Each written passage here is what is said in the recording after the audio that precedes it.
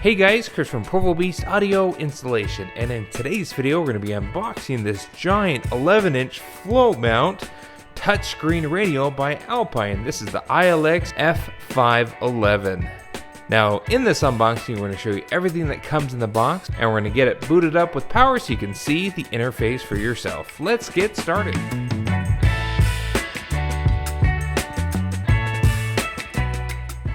Now, before we jump into things, big things to highlight about this unit. Not only is it obviously a touchscreen with Bluetooth, but it also features HDMI, USB, AV input. It's IDETA-Link Maestro ready, CarPlay, Android Auto, HD radio, high-res audio certified, has a built-in Wi-Fi chip, which means in the end, yes indeed, this has wireless CarPlay and wireless Android Auto.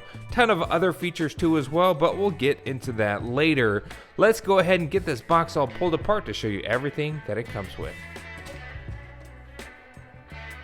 Comes with some trim pieces for our mount, all your bag of accessories, a manual. Now this box is your screen, so be very careful with it. And your main singled-in chassis radio. So with everything pulled out of the box, this is kind of a good bird's eye view what you get in the radio kit when you purchase one here from Alpine. Included in this box are a lot of different odds and ends, obviously your main components and a lot of accessories. So I'm going to go through each accessory just so you know what it does and where it connects. You have your main power harness adapter, which includes power ground, speaker wire outputs, accessory turn on, everything you'll need to make your main connections at the radio. You have your RCA pre-outs to connect external amplifiers, labeled sub, rear, and front. You have a secondary harness with accessories that includes your dash cam video input, IDETA-Link interface input, dash cam line input, front camera accessory harness, rear camera accessory harness with included analog input dongle, as well as the vehicle speed sense wire. And finally, you have your last accessory harness, which includes your microphone input, steering wheel control 3.5mm jack input, and depending on external Alpine branded accessories, you have an HDMI remote out as well as an auxiliary remote out as well. You have your main mic with an included mount and double-sided tape. We have a GPS antenna, which is primarily used for both wireless CarPlay and Android Auto accuracy. You have miscellaneous hardware, like your screen mounting hardware, your HDMI and chassis mounting hardware, as well as some bumpers here. And finally, you have 3 trim pieces. Once the radio is all assembled, that these trim pieces will go up and around the bracket that holds the screen to the chassis. Now here's a closer look at the actual chassis of the radio itself. Obviously there's no CD drive. This essentially has all the components that the screen displays.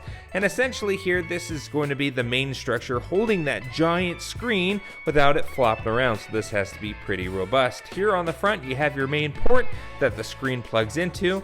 It just goes simply one way, and then you'll use the included mounting hardware to mount the screen to the chassis securely so it doesn't fall off as you drive. Now with the 3/4 view here, this unit actually can slide the internal components in and out to change the depth of the radio to really match the contour of your dash design.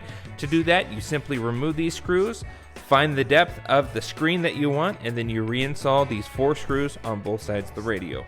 Now on the back here, starting from the left-hand side, we do have 2 USB ports. There's going to be a gray port and a black port. Gray port is charging only. Your black port is going to be for all your data signal transfer, which is going to be your Apple CarPlay, Android Auto, USB, any other data transfer that you'll use with a physical wire. We have an HDMI input and an HDMI output. The input is specifically for any digital content that you want to feed into the unit itself. They're full-size HDMI ports. HDMI output is for the same, any signal from the radio that you want to send to, let's say, a flip-down monitor within the vehicle that it has its own corresponding HD input. Below that here you have your main harness input. You have your main fan and heatsink. You have your 3 accessory connections here with those harnesses we've already shown. You have your GPS antenna connection. You have an AM/FM Motorola input connection. You have a Sirius XM tuner module connection. And finally, the yellow one here in the corner is your aux input. Next here, we have our main screen. We're not gonna pull off the screen protector quite yet here, just to give it a little more protection. But the screen itself only has one button here on the bottom left-hand corner. That button specifically is designed for voice recognition for Siri, your Google Assistant, for CarPlay, and Android Auto. All other buttons are soft touch buttons that'll be illuminated when we boot up the unit. On the back side of the screen here, you have your main mounting bracket here, which will plug directly into the unit. Also has that terminal that plugs into the unit itself. This bracket itself can go up and down as well, and can also swivel. Now, one quick note here, if you get your radio installed, Alpine does this now on their newest generations of units. You have to install the power plate, this little piece here, that's included within your trim bezel bag. If you don't install the power plate, the unit will not boot up as a safety measure. So the screen mounts to the chassis, pretty simply. You just line up the guides here, you just slide it on in, make sure everything's lined up, and you'll notice that your holes for your mounting screws will line up as well. Once the holes line up between the radio and the bracket, go ahead and install your 4 M5x8 screws that are included within the box.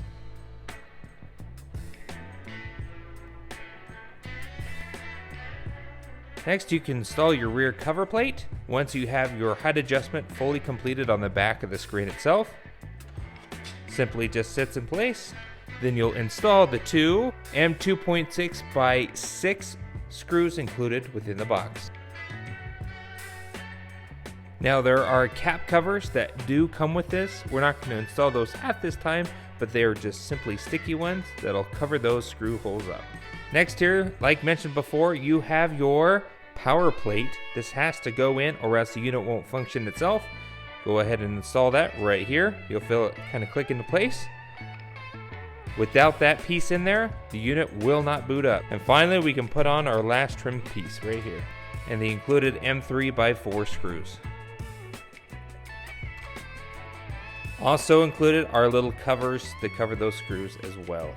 So that's the main assembly of the radio unit itself. At this point in time, let's get this thing booted up and show you the user interface. All right, so let's go ahead and simulate booting up the unit for the first time.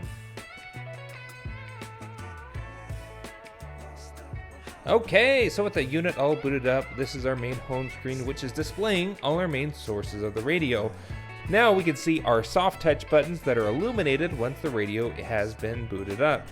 Now, looking closer at those buttons that are now illuminated with the radio boot up, mentioned before, obviously we have that voice recognition button, but now to the right of that soft touch button, we have our map button, which will quickly display the maps of either your Apple CarPlay or Android Auto unit. You have your volume down and up, mute button, audio source and audio button, home screen button, camera button, track back and track forward buttons. Now with your main home screen here, you have your quick jump to Bluetooth calls.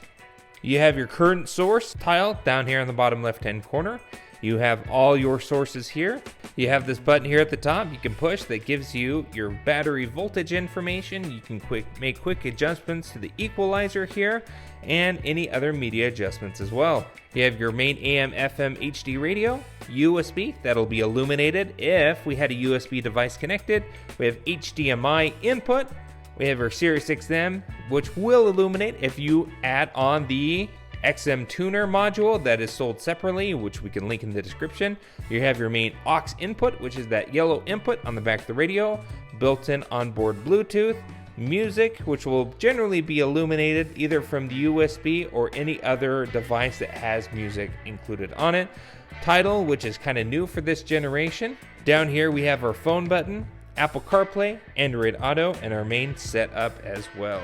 Now you'll notice a lot of these features are grayed out. It's super important that you connect the parking brake wire properly, as doing so will allow you to illuminate these options that are otherwise unavailable when driving down the road. Under setup menu, we have our device list, Wi-Fi, Bluetooth, and device info. Obviously, this has an onboard Wi-Fi chip for the sole purpose of allowing you to stream CarPlay and Android Auto wirelessly. You won't be able to actually browse the internet or do anything like that, as it's generally unsafe in the vehicle. However, that Wi-Fi connection will allow you to use your phone and its supported apps on the radio without any cables needed. You have your main Bluetooth menu. You have your main device menu. We go over to function. We have our CarPlay settings. We have our Android Auto settings. We have our radio settings, Sirius XM settings, USB settings, iPod settings, auxiliary settings, HDMI settings, phone settings, Bluetooth audio settings, factory audio settings, dash cam settings, camera settings, and title settings.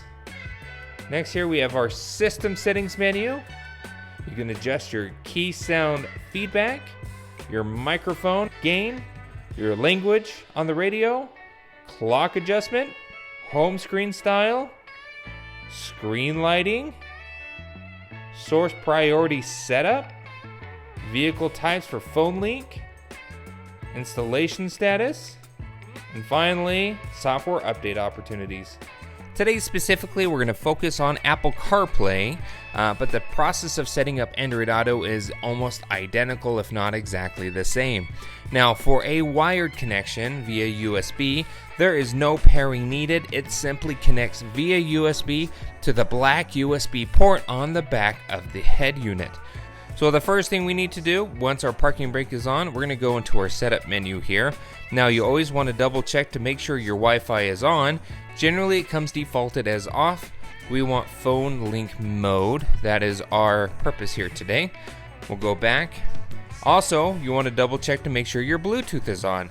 Because like I said, it doesn't necessarily use Bluetooth for CarPlay, but it uses that connection to authenticate your device before it does make that connection. So first thing we need to do, let's go to our device list and add a new device. As we hit new device and it's searching here, we'll grab our iPhone. We see Alpine. We're going to go ahead and click on the Alpine on our phone. What that's going to do is automatically prompt our radio and our phone to match the pair. So we'll say yes, it looks correct. Now from that point, it's going to allow us to sync devices. We're going to hit allow on our phone. And then from this point forward, it's also going to prompt us to use Apple CarPlay wirelessly. So it's also connecting it. Now on our phone, we also want to enable use wireless CarPlay on our phone. What that's going to allow us to do is now allow the unit over Wi-Fi to connect that. You do not have to manually connect your phone via Wi-Fi to the unit. It's going to automatically do that once you pair over Bluetooth.